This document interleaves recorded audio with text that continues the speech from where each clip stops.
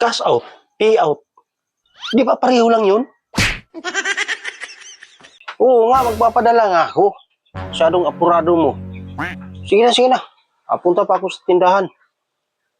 Masyadong apurado. Papadala naman. Asan kaya si Berto?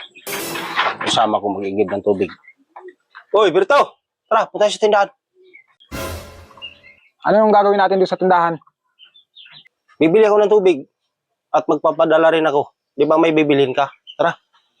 Tara! Sakto, may bibilhin nga ako. Buti sinabi mo.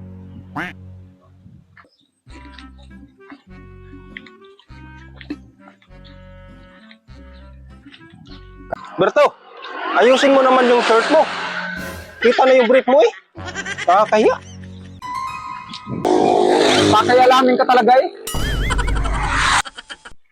1 minute, 37 seconds later.